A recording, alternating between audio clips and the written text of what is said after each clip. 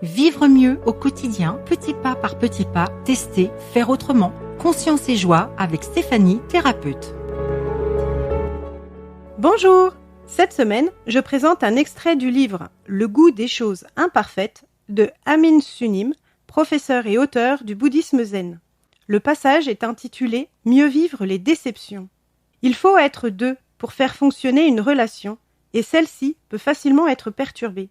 Même des relations solides de longue date se dégradent lorsque, sans même m'en rendre compte, je commence à éprouver de la déception, ce qui entame la qualité de la relation. Autrement dit, la déception fait office d'avertisseur lumineux qui me dit que, en l'absence d'action de ma part, la relation pourrait se détériorer. Cependant, la déception est difficile à exprimer, car il faut expliquer ses sentiments à la personne qui les a provoqués. Or, si je ne dis rien, les choses ne font qu'empirer. La déception naît d'attentes insatisfaites, souvent non dites. Privées du pouvoir de télépathie, comment pourrions-nous savoir ce que l'autre attend ?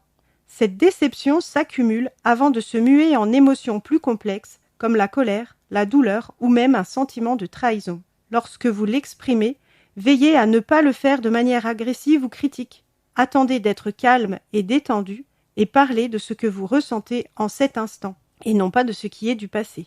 Au début, vous serez peut-être légèrement mal à l'aise, mais vous verrez que, avec un peu de pratique, vous parviendrez à ne plus réprimer vos sentiments et à vous exprimer calmement, sans nuire à la qualité de la relation.